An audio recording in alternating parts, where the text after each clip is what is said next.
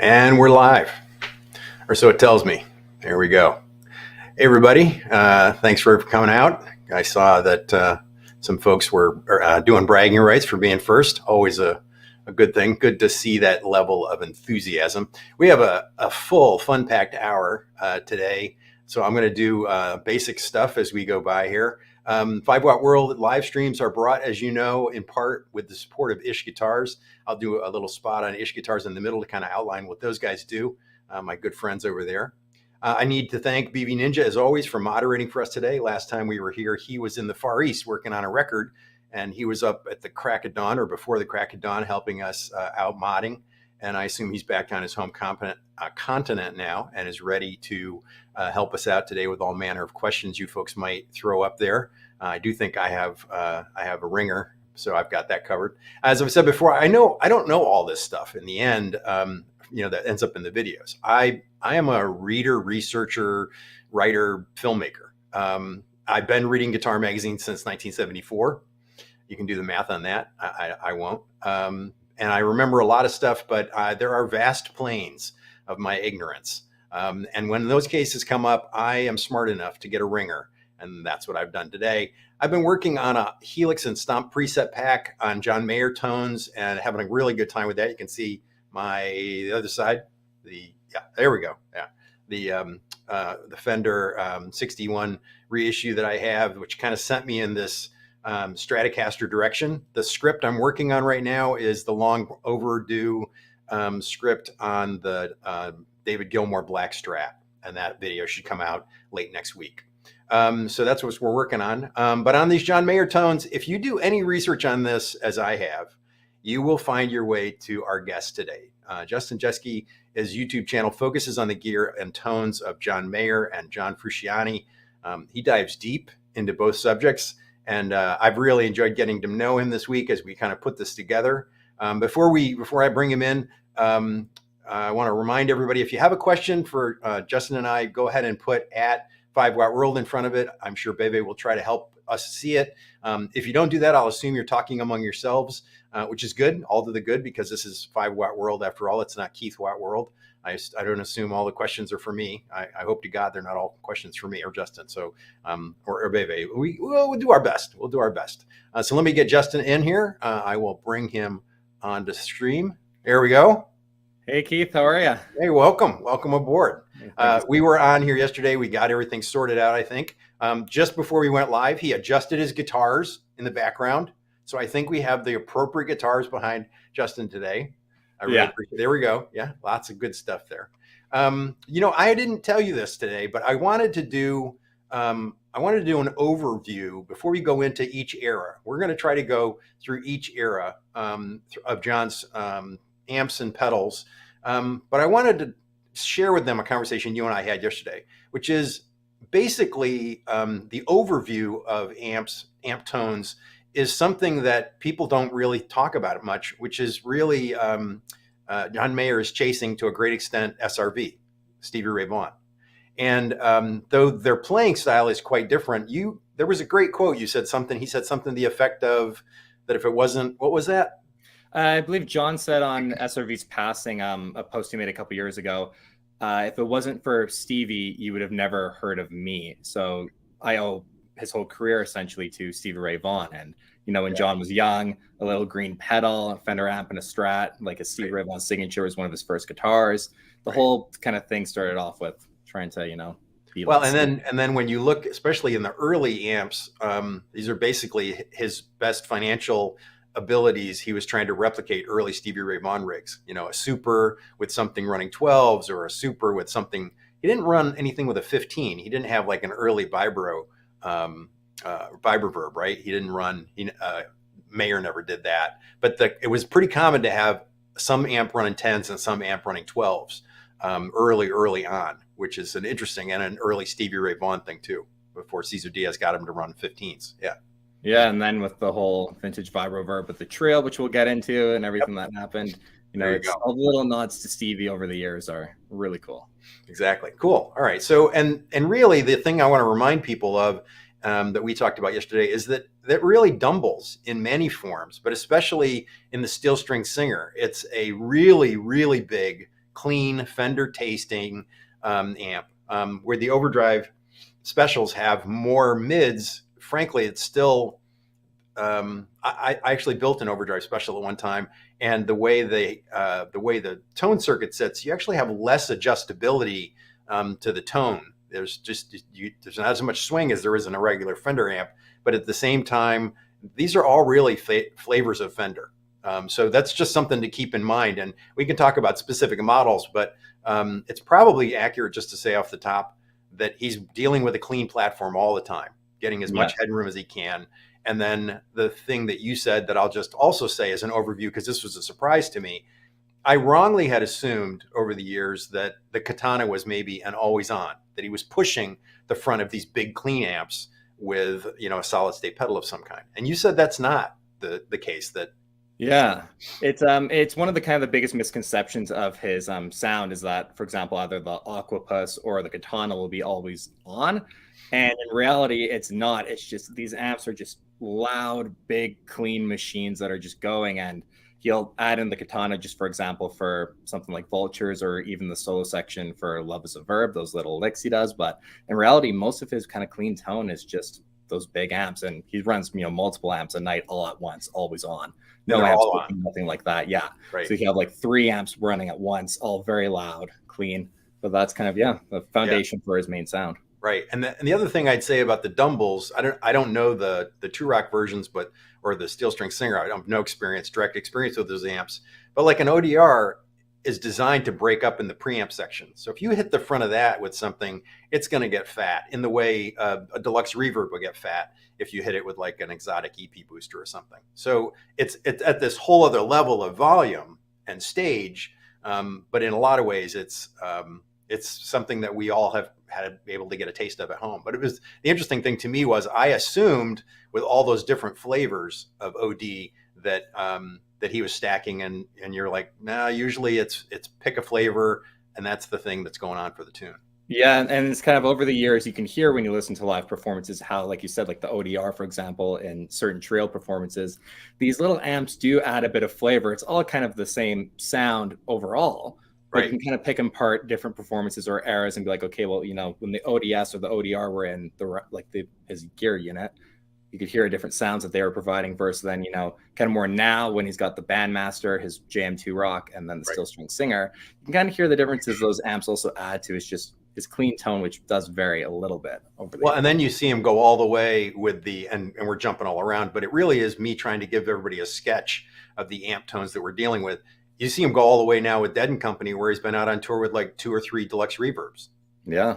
One of which maybe was breathed on by Alessandro or something. But the fact that he's actually got, 2 or 3 DRs on the stage, and that's the level of volume, just again, it reinforces the fact that that's the tone, the bass tone for kind of everything with the guitar, the way he thinks about it. Yeah, exactly. Deluxe reverb. I mean, that's where it pretty much all starts with John. Right, exactly. Where's the bread and butter there? Okay, so let's go say hi. We're going to say hi to people. We got a lot of people recognizing here. Perry's here. Jake Loosemore's here. Jake, we actually were talking about you yesterday. And then I was talking to John Cordy about David Beebe. We were talking about maybe having David Beebe on the show sometime.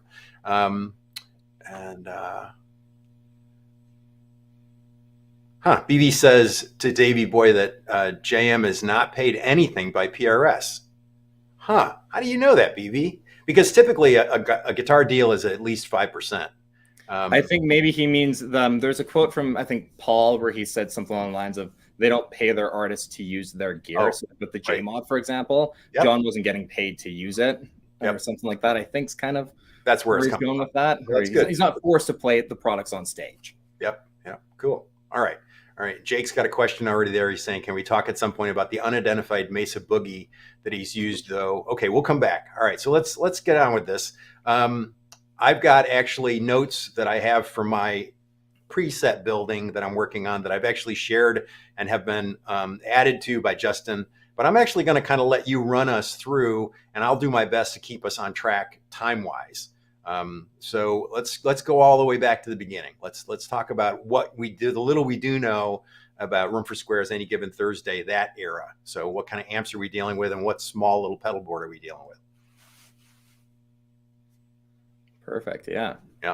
Yeah, And so do we have a picture? We do, right? I was actually able. People are going to laugh because I'm always wrestling with images here and stuff. Let me see if I can go find this trio. Any given Thursday. Okay, there we go. Okay, we got an image here. And actually, let me fill the screen so you can see it.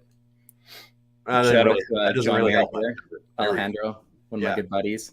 there you Amazing go. page. If you guys don't follow it, you should. There you go. So what are we looking at on the pedal board there? That is obviously a tuner. Yeah, so Room for Squares is kind of an any given Thursday, that live performance. It's a really interesting era because it's so early on in John's career, kind of before he really, I'd say, found his kind of core sound almost to a degree, and kind of like a lot of the mainstays of gear over the years.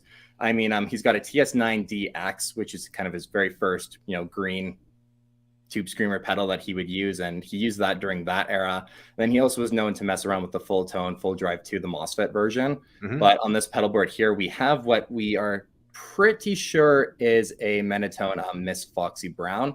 We originally kind of thought it might have been a red snapper, but that kind of changed, and now we're leaning towards the Miss Foxy Brown. And that's on the top row, right? Yeah, if you look kind of top row, it's got I think 3 balance and then right hand switch on it there. Sure. That's what we think that is. And then Justin, so before we leave that though, Justin had mentioned that to me yesterday. So I went over to the Menatone site to research that. And supposedly that's simulating the tones and the preamp circuit of a Brown Tolex early 60s Fender Deluxe. So that's sort of that bridge between mid 60s, blackface Fender amps, and which we think of as sort of the classic era, and the tweed stuff. And depending on where it fell in there, you probably are getting tweedy kind of tones out of that. Sorry. Yeah, no, that's all good. Yeah, and it's kind of, again, interesting. A lot of people really go back to Covered in Rain, for example, as a really incredible performance, and just it's all in the same realm, but again, it's a little bit different in terms of the tones he was getting. But kind of that TS9DX is kind of a forgotten about tube screamer pedal in the John Mayer world. Yep. I haven't had the pleasure of trying one out myself, but I mean, kind of where it all started for him. Well, and then I'll remind everybody that a full tone, full drive, there's different eras and there's different clipping circuits and things. But the MOSFET's a little different. That the MOSFET is typically thought to be used when they're trying to make it even feel more like an amp. But the reality is that's really a tube screamer and a boost in the same box. It's one of the reasons that they've been wildly popular all this time, is because you've got both of those things. So even at that earliest stage, he's got a couple of flavors of tube screamer and a boost, which we're going to come back to again and again. So then the next era, I'm going to pull this off. And where are we going to next year, Justin? Then the next one would be... The next one would be Heavier Things, which unfortunately is a really tricky era to discuss in terms of gear with John. Yeah, I don't think I have even a slide. Oh, if you don't, that's all good, because you don't really get anything. During that era, John started working with Bradshaw, and he had one of those custom audio electronics Bradshaw rigs where all of his pedals in a rack and the switcher unit in front of him. Right. And it just was not really documented. You don't get any good shots of his rack unit or even the controller to read what was on it. We know he was messing around with the full tone, full drive in that period as well. Perhaps the TS-808, a vintage model, kind of came into play around that point too. Mm-hmm. Mark I Marshall Blues Breaker. But in reality, we don't have a lot of information. So that's kind of one of those eras where you're just like, it's kind of a bridging gap where a lot more of that bluesy style playing kind of came out, and it kind of bridged the Your Body's a Wonderland kind of ness of the whole Room for Squares era into Heavier Things, then into the trio. So it's kind of that bridging gap where you kind of try and fill in blanks and pieces of what we know. But in reality, the unfortunate thing is that we just don't know everything he was using or experimenting with at that time. Because the stuff is so racked up. Yeah, so and no one at that time was taking pictures of his rack unit, or he wasn't sharing it with people, stuff like that. So the next pictures I have here, I think, are Continuum and Trio. But talk a little bit about when the Blues Breaker makes it to the pedal board for Heavier Things. Yeah, we've seen some shots of John with a Mark I Blues Breaker kind of before the trio era, experimenting with that pedal. And that pedal really is a key. If anyone really loves, Where the Light Is, the Continuum era, that Marshall Blues Breaker is just such a huge important part of that sound in terms of pedals, at least. Mhm. It's just really special in how the overdrive of it works. And if you look at John's settings on the old version, at least, they're just, you know, everything's at 3 o'clock pretty much, like having to really push that pedal to get that sound. But Mhm. even for gravity, that pedal is the bass tone of gravity, just the Mark I blues breaker on, and then, you know, whatever amps he was running at that time, depending on the performance. Right. But that Mark I blues breaker was gravity. The other thing I learned when I started going through your things that really surprised me, and I think you even go out of your way in one of your videos to talk about how early he actually started using two rocks, and people are really surprised at how early that was. So, like, this is what, 2003, 2002? Yeah, in the very early 2000s, going into heavier things is when he kind of first got his first few two rocks and really fell in love with the brand. And then, of course, later on develops his own signature model as well. But those two rocks really kind of became into his sound. And I remember John has a really great quote where he says, you know, you could have a Fender and a Dumble on stage together, or you could also have a two rock, which kind of has the best essentially of both worlds. You guys that Fender flavor, but with the immediateness and kind of the things you look for in something that Alexander Dumble made. Yeah, cool. So that's very early, and I think that is much earlier. Really, that was a big surprise to me because I had notes on the heavier things that's there. And then he's also had the 64 VibraVerb at that time. I don't know about the VibraVerb when exactly he started using it, but that was a huge part of the John Mayer trio. That's the trio. So that's our Yeah. segue to the trio. And also at that, is it that time or is it the trio that we see the Keeley Blues Driver for the first time? Again, like with the heavier things there, it's so difficult to tell. I actually had a conversation with Robert about a year ago, and he shared this story, just how John came to one of the conventions he was at. I forget what city it was in, and he knew John from his first album, and then John plugged into their demo board and just ripped Stevie Ray Vaughan, like Robert had said, you know, he'd never seen before. And was like, okay, this guy's mega talented, and he picked up essentially a couple of everything from the Keeley booth that day and stuff like that. And, take these, right? Yeah, pretty much was the gist. So somewhere around there, he met Robert Keeley, and then at least for the John Mayer trio and into Continuum, that Keeley modded Blues Driver was again another huge portion of that sound. Yeah, Keeley's kind of known for that. That if he gets excited by a player, he's just sort of, here's your candy list, you know, kind of a thing. So yeah, exactly. And Keeley pedals and John go hand in hand over the years. So right. Many of them. Right. And just to kind of jump on that, a katana. Talk about katanas. It's an absolute clean boost. Would you say it's a colored boost? I've never spent time with one. Honestly, like the katana, it adds a little bit of something to your tone. So there's a little mid push. I wouldn't say like a mid push. It's almost like it just, when you have it on, it almost feels like you just have more definition and stuff like that in your sound and the way your kind of response is. But for the most part, it's a pretty pure clean boost. Okay, so really, it's probably pushing the preamp of the amp, which often kind of feels like it wakes it up. You're getting a more, it's not exaggerated dynamics, but you have a sense that the amp is listening at a different level, if that makes sense. Exactly. And then, you know, you just, your volume knob on your guitar too, all of a sudden you just get a lot more out of it as well in terms of where you can kind of go when you're pushing it. But the katana, as we mentioned before, is just one of those things where you just want more or less your sound just louder. Well, knock one of those on and you're off. Yeah. I glanced down at the chat, and Michael E says, was hoping to find more JM haters here. That's pretty funny. I'm like, I think you're at the wrong video, but we'll see what we can do for you. Yeah, he's pretty polarizing, that's for sure. Yeah, well, you know, I mean, I think if you've had that much in the public eye, et cetera, but I really do think, especially after the trio era, as I said in the video, I don't think there's a lot of debate about this guy's chops. So that's really not been a question ever since. Okay, so then transition us to the trio, because we're kind of coming back to a time away from the Bradshaw stuff and more onto the floor, onto a pedal board, where pictures of his rig start showing up again, right? And so I think I do have a picture, and I should say, folks, that all these photos I asked Justin for some images, and there was a waterfall of images, but I could only have 10 loaded here. So I had to cut and choose here. So if this isn't the one you want to see first, I also have 3 different images of amps from the trio era as well. So this is, this is into Continuum. Okay. This is a little bit of a jump ahead. The end of the rack. Oh, it's jumping ahead. All Yeah. right. All right. So I've got the wrong image here. Let me, yeah, that's the continuum one. Trio amps. Trio third Sad we'll show. never I get a think, shot of his rack in it or anything like that again. think You know, this, I can okay. maybe So this find is the trio board, right? Yeah, so this is a really great shot actually. Shout out to Joshua Bryant. He's who took these images. He actually attended the third John Mayer Trio show ever.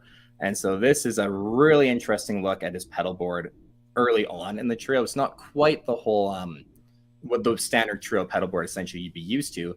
But on this one here, obviously you have his Boss tuner. You got the Keeley Katana sticking with the full drive too. Kind of one of the last times you really see John sticking with this pedal actually. Yeah. And then the Keeley modded TS 808 over the original version. In certain trio performances, you'd see him use the Keeley modded version. Then he'd eventually move on to just using the original first edition version of that pedal. Yeah. Then we have a Way Huge Aquapus Mark 1. Some people don't actually know that there's two versions of the original Mark 1 Aquapus from Way Huge as well. You got an AP1 and an AP2. Earlier on, he used an AP2 version, and then he used an AP1 later on, kind of starting with the Born and Raised Paradise Valley era. What's the difference? There's really, internally, there's a little bit of difference, essentially just with noise of the pedal and stuff like that. I actually got mine up here. But essentially, the gist of it is visually, they more or less sound identical. Like you're getting super pedantic in terms of the sound. But essentially, it's more like the layout of the knobs, actually, where you have blend and delay instead of mix and delay on the AP2, the later version. And then also on the AP1, the earlier version, you actually have the pot on the... Oh, it's a reverse swing kind of thing, right? Yeah. Right. So some people try and copy John's Aquapus settings with a reissue, for example, but he'll be using an AP1. So they'll be like, well, mine sounds nothing like that slapback. And it's because the pot's reversed on the one side. So you actually are dialing it in way too much compared to where it should be. So, and then you also got the, is it the T-Rex replicator? What's the pedal? Yeah, that's a T-Rex replica. Kind of one of the earlier versions of that pedal they used. And in my opinion, that's kind of one of the most underrated John Mayer pedals he's ever used. It's a fantastic delay. With that brown mode engaged as well. It is magical. It kind of is in that realm of the Pete Cornish TES or even the Providence Delay 80s. Kind of the more expensive, rarer delay pedals he's using kind of later on in his career. This pedal actually nails it really well, and they came out with a new version actually of it recently, which I was going to say, because it wasn't available for a while, right? Yeah. So the Aquapus is probably handling a very short sort of doubling delay, right? Yeah, it's a very, very short slapback. Really? So you would actually say it's in the slapback area. So like millisecond wise? Paul, a millisecond wise, off the top of my head, I don't know. I actually researched this, and what a surprise! There's no general agreement that the Aquapus is being used for something between 70 and 125. There's a huge difference in the way those two things would feel, but I could see dialing them differently for different rooms. I'll remind people that a slapback is often described as the sound of the sound coming back to you from the back wall of the club. And a lot of famous players, we were talking about Josh Smith. I've known him to use a slap that way. Robin Ford used a slap that way for years and years and years. Very short, like 60 or 70. And the whole idea was it's just fatter. Also, Matt Schofield used a really short one like that too. So almost more feel than hearing a second note, right?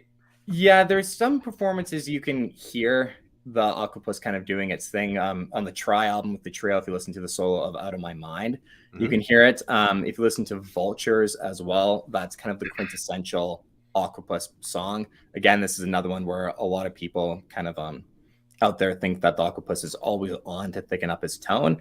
And it's one of those things where he can add it in when he wants, but in reality, it's mainly there for something like Vultures, even Helpless off of The Search for Everything. The main just riff of that song, you'll hear the Aquapus slap back just subtly, especially on the Bud Light Dive Bar tour. That's a really good performance to hear that pedal too. But yeah, you can just make it out.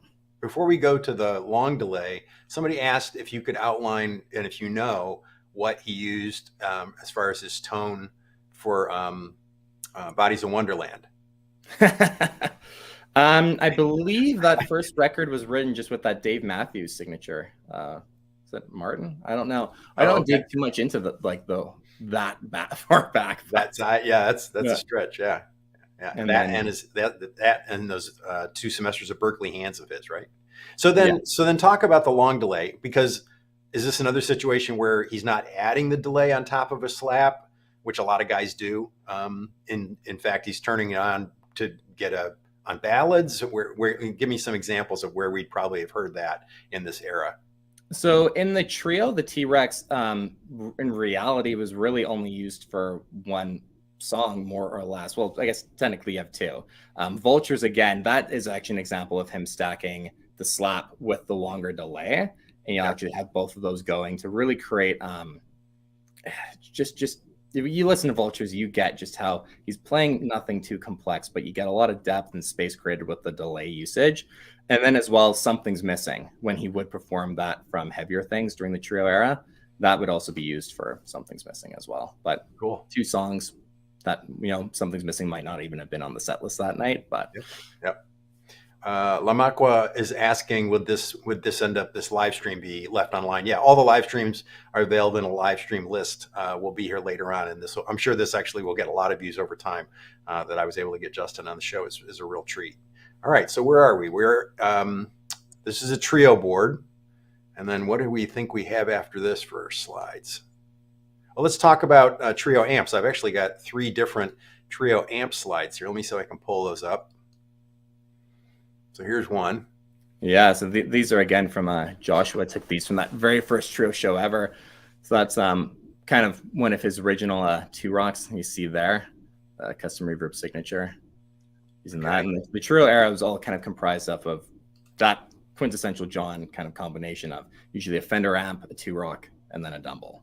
Yep. That's kind of what created that whole sound. And then I think these are all pictures that I'm going to add are from that same batch of photos from Joshua, right? You hear the overdrive reverb, the amp of your dreams. Yeah, that's my holy grail amp. That's fair to say. I should put you in touch with the guys at Amplified Nation. I'm sure they'd be delighted to build you one of those. I've been checking those out, actually. Really tempted. I don't know those guys, but they're friends of friends. So let me see if I can make an introduction here. That'd be amazing. And then I think the third one is just another picture of the same amp rig on stage. Oh, this is actually John in front of that rig. Yeah, you see the black one, and then that blue face 2 rock in the back there. That's the original Sterling signature kind of 2 rocks take on a steel string singer. And the Sterling evolved into the Mayer amp, or no? So it was actually the custom reverb signature kind of became the platform for that, and then during the Continuum era, he was actually using prototype John Mayer signatures in just those chassis. But the Sterling, that's a really interesting amp from 2 Rock as well, because there is some kind of overlap where John actually owned a real Dumble steel string singer, but then he'd go back to using the Sterling live, and that was one of the amps that created the beautiful sound of Where the Light Is. Right. Was that Sterling. Right. And he actually brought that amp out 2019. He did for the shows for Continuum front to back. Mm-hmm. He actually brought that amp out in place of his actual Dumble for the performance. And it's just kind of, John's a guy who's so in tune with his gear and everything like that. And so for him, just, maybe 20% of my audience tonight is going to understand that I'm switching amps just to honor, kind of the sound of that era that much more instead of using the real thing. But I always thought that was really cool. Well, and you're talking about a guy who pretty much throughout his whole career, if he had a guitar that gave him a song, and that's the way he talks about it, then he'd be playing that guitar live. If this is the guitar that's on the record, that's the guitar you probably most often see him play live. And somebody said recently that it was just wrong that he's not playing the gold leaf guitar on Vultures. I think that's a perfect example of sort of people, what percentage of the audience is, sort of paying attention to that, which I think it's really impressive. While I've got this picture up, because I think this is the only picture I've got, and maybe is one other where there's showing all the speaker cabinets. He's always had a liking for Celestians, right? And not vintage 30s, more like 65s. Yeah, G12 65s are kind of his go-tos, especially earlier on. I'm not a huge speaker guy, to be honest, but the G12 65s are kind of one of his main things. And then it's one of the rarer times too you actually see him with a 412 Dumble cab as well. Oh, right. being used in the trio days. It's, for him to use a big cab like that's kind of rare. Yep. Let's see. All right. So this is a trio rig that we're looking at, and of course he's playing Black One there, and that's all covered in the video that I did to the best of my ability there. So we're in sort of the 2006 and 2007, and the BD2 is not on that board. Yeah, so this being the third trio show ever was kind of pre the kind of final version that we mainly saw of the John Mayer trio rig. So things would change. That Keeley modded blues driver would get added in. Again, details are kind of sketchy exactly when, but some point later on after this performance, you see that Keeley modded blues driver added in, and then an original TS-808 as well. And then the board would just get simplified with just the Octopus and then the T-Rex replica. Sometimes an original full tone 69 fuzz was on the rig as well, and that's for Wait Till Tomorrow, for example. And the more really Hendrix covers as well, right? Exactly, yeah, just for that Hendrixy stuff. And then I guess some people have asked before too. His wah pedal is a Real McCoy custom RMC2. Yeah. I kind of reached out to the guys at Real McCoy, and then would he put a Univibe in front of that board for the Hendrixy stuff, like on where the light is? There's definitely a Univibe moment. Yeah, he uses a lot of Univibe during that stuff, especially for the trio. Right. And there's kind of two ways of running that. We're not going to do a whole Univibe show today, but it'd be typically to put it in front of all that. So yeah, as far as if I'm remembering correctly. Right. And then is it around this time that we see the TS10 arrive? So we're talking about 2017. Yeah, kind of early Continuum is when you'd first see the Ibanez TS10 come in, and then that one other rack picture we had, you'd see the this one TS10 added in. This picture. Yeah, it's buried in there among all of the stuff that's in the racks. Yeah, it's on the bottom photo there on the right side. You can see he's actually got two TS10s in there. Yeah. And that's, again, is he using one as just a backup or using two different settings? Right. Kind of hard to tell, but most of us kind of guys in the John Mayer gear community lean towards that just being a backup. Then you do see that Mark I Blues Breaker. Of course, the Keeley Katana, again, Aquapus. Then you start getting things like the Roger Lane Adrenalines back in the system to perform I Don't Trust Myself with Loving You and Bigger Than My Body. Yep. And then you've got that vintage Korg rotating speaker unit in that top picture. Yeah. A lot of people like those, but I guess they're pretty fragile. I told Justin this yesterday. I'm working on those presets, and I've never owned a TS10. I don't own one now, but I did go ahead and order a Moxie from. This is the new Wampler copy of a TS10 that Brian Wampler did with some additional bells and whistles on here. Brian does a great job when he's doing these kind of replica pedals at adding something to the thing. And I ordered that from that pedal store. The boys over at that pedal show have a store where it's really easy. I got this stuff from Jersey in about 2 days. It was great. So I'm giving them a free plug, which actually would be a good segue as I'm doing an online thing. These guys, to my ad for the guys for Ish, because the fact is they don't do a lot of pedals, but they have a lot of unique guitars, and they pretty much handle all of the gear that I really love at this point. So let me just quickly run through this. The 5 Watt World live stream is brought to you in part with the support of Ish Guitars. Ish stocks a carefully curated set of brands, including PRS, Dingwall, Martin, Spectre, Strandberg, Music Man, Gretsch, Federa, Heritage, Ritter, Ibanez, Taylor, Vox, and Victory, just to name a few, and a lot of my favorites in there. Since opening in 2014, Ish has grown to be one of the top PRS private stock and wood library dealers in the world. They also deal in vintage pieces, having had a 1960 Sunburst Les Paul and a 56 Strat come through in the last few months. I always joke here that when I go by the store and they have something really amazing, they're like, "Hey, you want to?" I'm like, "No, don't put that in my hands. Don't hand me that 56 Stratocaster." The shop excels in working with manufacturers to carry limited runs of instruments. That includes amps and guitars both, with unique features, woods, colors, everything. They highlight the fact that every instrument is unique and that the unique instruments are worth pursuing. Most importantly, the shop is run by and for musicians. There isn't anybody there that answers the phone or would talk to you when you walk in that doesn't play guitar or bass or both.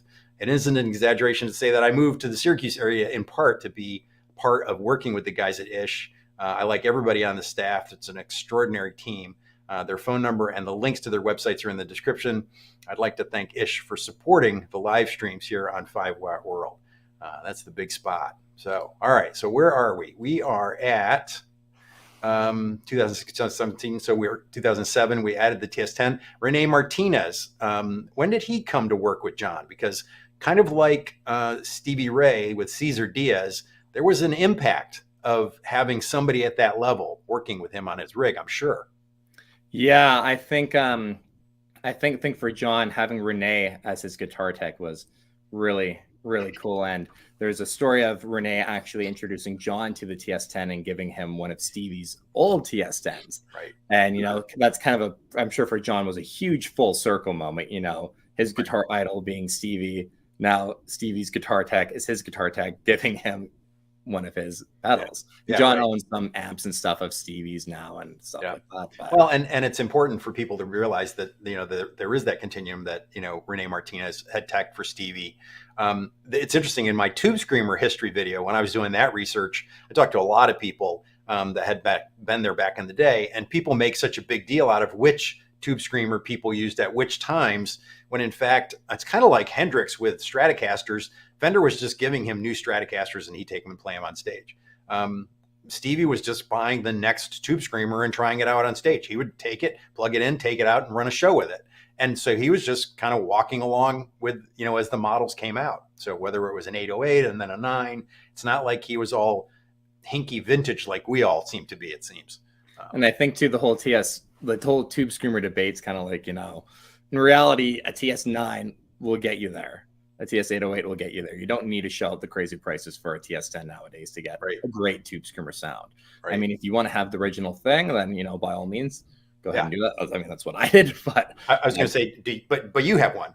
Yeah. I found mine locally for $90 on a no kidding BGR Canada's version of Craigslist. Actually, that's great. A good buddy of mine texted me being like, "Dude, you got to go pick this thing up right now." And this is years ago now, but I mean, I'm fortunate enough to have one, and knock on wood, haven't. Well, I was going to say, good news or bad news, it sounds like you have a good network there. Your bandmaster came to you in a similar way, right? Yeah, same thing locally. Guy was 5 minutes from my house. I've been kind of wanting one, just maybe one day I'll grab one. And then my amp tech texted me, being like, "Dude, this is clean. The inside shots were all perfect. He's like, just give me it for an afternoon. I'll give it some love, but other than that, you'll be good to go." So yeah, I know you had to tweak your camera and stuff to get it set up so that you're kind of looking more at the camera, but can you juggle the camera just a little bit so they can get a glimpse of your fawn Marshall? Oh yeah, is that possible?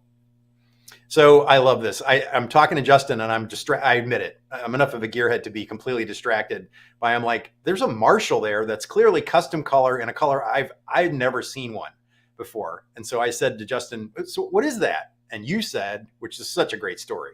So it's a 2203 JMP, 1977. And it was actually my father's. He bought it brand new back then, and got it just from a store in Canada. We have the full stack. I have the A cab just in storage because it's up to my ceiling in my basement here. Sure. I have it all, but yeah, it's really cool, and I did the research on it now that I'm older. Loving this thing, and it's kind of cool. Robin Trower is kind of the only person I'd ever seen using a Fawn Marshall really before, and now Joe Bonamassa actually has his cabs that he's toured with, the Fawn cabs and stuff like that. So really cool color, really rare, but for me as well, that's really cool. I just had to share that with everybody because, like I said, I'd never seen one. All right, so we're at 2007. We talk about TS10s and that it's not a must-have. The Continuum Tour, there were prototypes for the Two-Rock Signature then, right? And there's also running ODSs, etc. So as we go into Where the Light Is, TS10, Bluesbreaker Mark I is still there, but things are coming in and out. Is that fair to say? Yeah, there was some changes happening with the rack unit that he was running then. Really hot debate, I guess, in John Mayer gear fans is whether or not Kilo Modded BD2 was in the rack unit. It was kind of leading up to that time, but then removed. But maybe for that performance, did he bring the Kilo Modded BD2 back because they were doing such a specific trio performance and it was going to be recorded and everything professionally? Yeah. There was a third drive option that he had on his Bradshaw rig. It wasn't labeled. We don't know exactly what was going on with that, but there was a third drive option. Interesting. And then where we go towards toward Battle Studies, now this is the beginning of the Klon. Yeah. So talk about that. So it's really funny, actually. I think it was 2 nights ago. Josh Scott posted a really funny thing on Instagram for Halloween about how he found a Klon Centaur in his child's Halloween candy bin. Like, be careful, we might throw a Klon Centaur in there. Josh Scott always does those funny posts, and John actually commented on it saying, "Fun fact: I only own one Klon Centaur. He's never shelled out for a backup or anything like that. He just moves the same one on from rig to rig." So the Klon that we still see him using is that same silver non-horse Klon. They all sound the same, but that's what it is. Same one he's been using ever since kind of that era. And he's described it as well as kind of the best loud he's ever heard. The best loud. When he kind of messed around with it, yeah. Okay. And then John's black Klon. Was it debate that it actually wasn't original, that it actually is a Finnegan Klon, or that it was a Centura, Seritone Centura? What's the best thinking on the street about that? So the best thinking about that is we actually have some good shots of his black Klon. My buddy Gabe, who's in the stream, actually shout out to Gabe. Nice. He took some good photos of John's pedal board when he performed in Los Angeles with David Wright Harris, and you see him with his black Klon, but you can see it's clearly been almost like taped over. Oh, it's not like paint. It's like a black electrical tape or something like that on. But Josh Scott has alluded to it being the real thing. It's John. He can afford the real thing. Yeah. Zach from Mythos came out and mentioned that John's Klon broke, and then he'd heard that he'd asked for a new enclosure, something along those lines. But everything we know indicates to it being a real Klon. And maybe even the original guts. Yeah, I'm sure that's the case. John mentioned that he doesn't like the fact that if he goes, for example, and tries out a Boss CE2, right, the next day there's like a Mayer tax on that gear on Reverb, being like, it's used by John Mayer in the title or the description or something like that, and he'll kind of try and hide his gear to a degree to be like, want to be a little bit more subtle about what I'm using, because I don't want to try one pedal out, then all of a sudden people are trying to scalp them or whatever it might be. So that's kind of the whole thing. But again, everyone kind of knew he used a Klon, so. Why black it out? But. Right. Also, the one that I didn't really have, and we didn't talk about it, is an analog man compressor. Yeah. Is that around this time, or was that earlier? Yeah, no, that was in Battle Studies, kind of that transitionary period, storing kind of between Battle Studies and Continuum. The analog man compressor came in, and compressor is not a huge thing. I was going to say, is it a particular tune? I don't think of any real squashed tones. And a lot of people use compressors. Tim Pierce just did one about the new PRS compressor, and he's basically talking about being one of the nicest clean boosts. He's got the compression all the way down, and he's pulling the level all the way up, and he's just basically using the warmth of the circuit, because that's actually modeled on a Teletronics LA2A or RCA. I guess Teletronics built them for RCA. So it's a optical compressor. So there's a nice, wonderful warmth. It's sort of the compressor you throw on every vocal. That's like your vocal signal chain is an LA2A. Yeah. And that's kind of how John uses compressors. Again, like being in the rack unit, being so far back, details of exactly how he used it are a little sketchy. But for example, now using the Origin Effects slide rig for Wild Blue, it's more of kind of, it's not totally squishing his signal. Right. It's adding a little bit of boost and stuff. And even, tours coming up and stuff like that, compression was more of a bit of a boost, not really just a typical, let's squish everything down kind of sound. Interesting. All right. Now I do have 2 born and raised board picks. This is a great era. Great for big boards. Yeah. It's kind of, it's weird to see him over the years too. He flops from having a standard pedal board with all of his pedals in front of them, then a Bradshaw unit, then he goes back to standard pedal board. Yeah. I mean, I remember when he did this and I was like, this looks like he just did it on a Sunday afternoon himself. Like the cables aren't even shortened and stuff. It's pretty funny. So, well, even in the trio, he had those Pete Cornish instrument cables. They're like standard length, right? Yeah, if you look at them, they're actually coiled up just behind the pedals. So you have a full instrument cable length just connecting each individual pedal, right? But hey, he sounded great. So who are we to argue the validity of that? So here what we're looking at is probably the acoustic board on the right and then the electric board on the left. He's to a degree, like those Boss tuners he really likes to use for the acoustics. So you'll have those on the right side would be for the acoustics, but then you have a more ana echo in with a Keeley looper. And essentially what he would do is create this really interesting echoed loop before paper doll during this era. I covered it on my channel, which is kind of like, it's the really only budget pedal John has ever used, and used it for one specific purpose to kind of create this really interesting transition into paper doll. Mm-hmm. But you see him with another RMC 8 equalizer wah pedal, again sticking with the Real McCoy. It's his brand.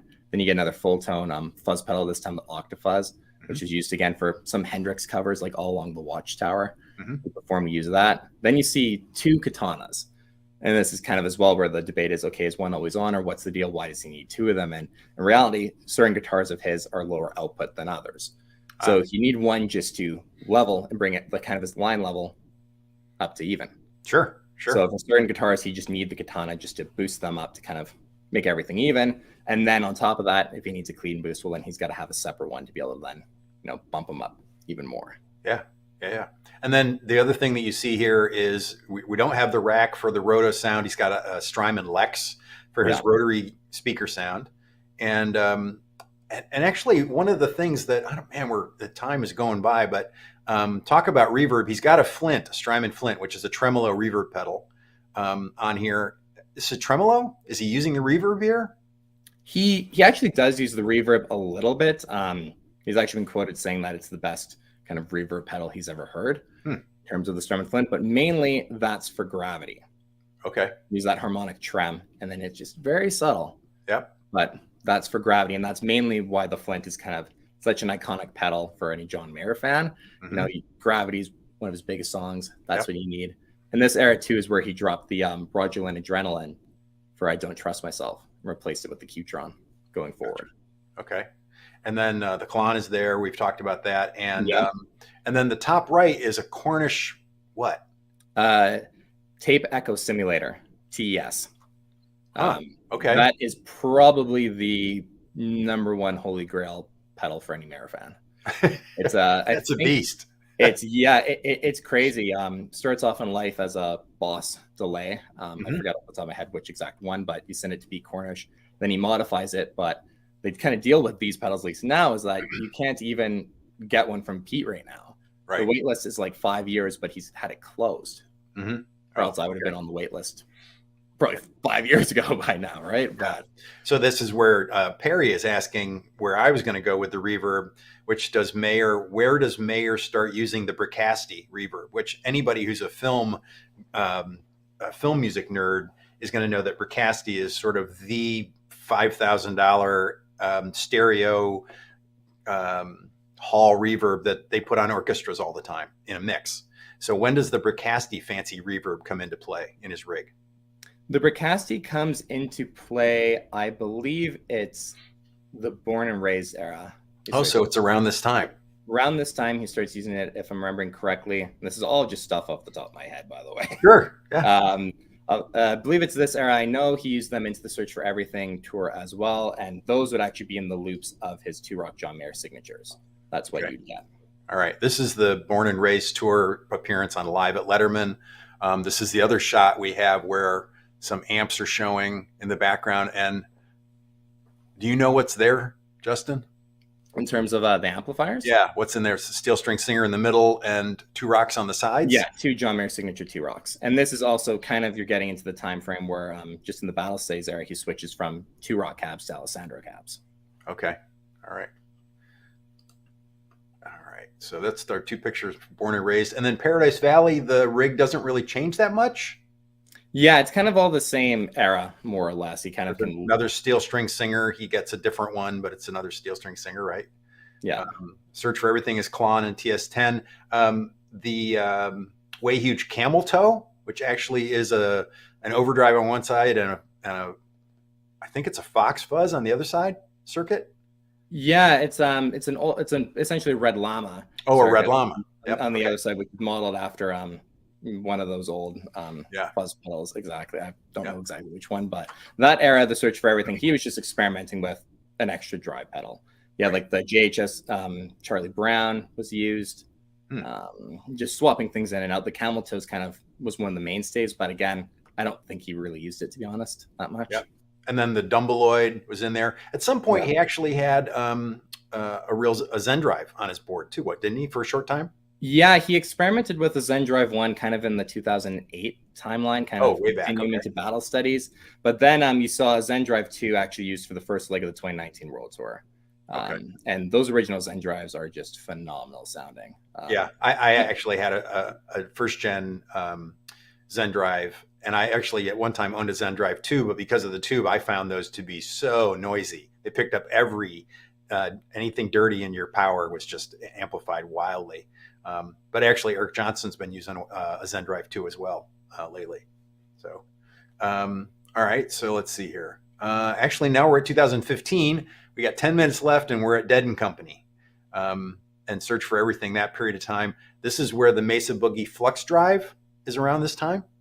Yeah, the Flux 5, he started using with Dead and Company and kind of around the Search for Everything timeline as well. That is just a really great pedal as well for actually does the higher gain stuff really nicely. But for John's case, he would just use it as, especially in his kind of solo career, that was just an extra gain stage where for big solo comes up, Tube Screamer Clone, Flux 5. And then you just have like this massive. Oh, you mean he actually was gain stacking there? Oh yeah, he'd stack all three of them on at once, and it was just this massive like outro solo kind of thing going on. And it's just kind of, that was one of those pedals where he was experimenting again. Okay, just trying out different overdrive pedals, and that's one he's kind of come back to over the years a little bit. Right. And this is also the time when the JMod signature prototypes show up, right? Yeah, you start getting with Dead and Company the JMod signatures, and then those kind of become his new signature amp, and you don't see the Two Rocks for a while. And then he actually comes back and starts for the 2019 World Tour. You see Two Rock, Dumble, and so this is JMod. Buddy J, a Dead and Company board from 2015. Yeah, this is another Dead and Company board. Just really interesting. That Keeley Tone workstation, that first edition version of it. Something John just used very briefly, but it's just kind of a really rare, unique pedal to see him using at this time frame. But you get the Boss OC3 thrown in there as well, just for some octave stuff, especially with Dead and Company. That's kind of a pretty important kind of sound. And then you also see the foot switch for the PRS amp underneath the Katana. Yeah, very cool. Let's see. 2000. Let's see what I think. I've got a couple other Dead and Company photos here. Let me go to another one here. Actually, the next one I have jumps ahead to 2019. What are we missing if we jump all the way to 2019, Justin? We're not missing much. We touched on the Search for Everything briefly, just kind of John experimenting with things. And Dead and Company, you see just some changes, a lot of simplification of his rig with Dead and Company, actually, like the Strum and Volante, for example, being used. Again, just another pedal he kind of comes back to. And then the exotic wah as well, kind of his favorite wah. We can kind of assume, because he's, ever since it came on his board in 2019, it's stayed on till now. Okay. But yeah, just another cool look at his Dead and Company board, switching up the order of, as it, Tube Screamer into Klon or Klon into Tube Screamer. Well, John uses both, and he sounds great with both. So, for anyone at home, what do you prefer, right? Yep. And I think we're getting close to the end of the slides I've got here. Oh, we're coming up on SOB, right? I skipped it. So here's a board shot from the SOB tour. Not a great photo, but it does show the later era board with the Providence delay there in the middle. Yeah, you see the 29 pedals WAMP. That's apparently how it's pronounced, OAMP. Yep. Some different like new neighbor reverbs and stuff like that as well added onto the board. Again, just another really interesting setup when he was using experimenting with the Vemram TSV 808, or then the 10 years as a decade pedal as well. Swapping in again for that third overdrive position was one he was always kind of experimenting with. And okay, I'm feeling like this now, or I like this better and stuff like that. Just a lot of cool stuff he's experimenting with. Cool. All right, I think that's the last I've got. Yeah, that pretty much brings us up to present day. It does. So what? And then in 2020, as I said at the beginning, that he's actually done some Dead and Company things with deluxes. He had a pair of 64 Vibra Champs last year, or in 2020 or something. Not Vibra Champs, Vibra Verbs, right? Yeah, the Vibra Verb is one that he's kind of come back around to, especially as of late. that's key part to the John Mayer trio. And then he brings that back for even just a lot of solo performances as well. You see him come out with either Alexander 23 or perform with David Ryan Harris. He'll bring out that REVERB as kind of, okay, I need a go anywhere amplifier and stuff like that. And that's kind of the one he keeps coming back to. Yeah. We got 5 whole minutes, folks. If you have questions for Justin, jump in here. I'm sure that he'll keep an eye on the comments as well as we go through this first week. Usually you get most of your views on a live stream come down in the first week, although I think this subject is going to be of interest to lots of folks. And I'm just going to say again, to remind everybody that Justin's channel is amazing. I don't want to embarrass the guy, but I just had so much fun digging deep in each of these things. And it was one of those things, like for the time I was working on the guitars of video, I was a script. I knew I didn't have time to do both. And I hadn't thought to do this until I, was able to connect with Justin, which was this is really wonderful that you're able to do this. And I think everybody can see, even just off the top of your head, that you're keeping up fine. Everybody's do not too bad, I'd say. And I'm sure we could, if I end up doing guitars of Frusciante, I'm sure we'd be right back here doing this. Yeah, I'd love to anytime. There we go. All right. So we got a few minutes here, folks. What's the question? The Panda says, awesome job, Justin. Huge Jerry Garcia. NCD says, huge Jerry Garcia fan. Any idea? Tube Fuse wants to know, any idea how he runs his tube screamers? I assume he means settings. You did a whole video on overdrives. Do you touch on I did an old video on my channel on the TS10 settings and but with overdrive pedals, it's really hard because it depends on, you got your pickups, the rest of your signal chain, your amplifier. Gain pedals are really hard to adjust. It's one of those things where you can't just copy their settings and just, expect it to sound the same kind of deal. But John usually keeps everything. His range is from about 11 o'clock to 1 o'clock. Kind of anywhere between there, you'll see the 3 knobs in the TS10, for example. They'll be set depending on venue, era, stuff like that. Yeah, not overly aggressive. Right, and it's interesting because Stevie was famous for running his tube screamers very low gain, very high level, and that isn't really what John does. John tends to swing everything together, it seems.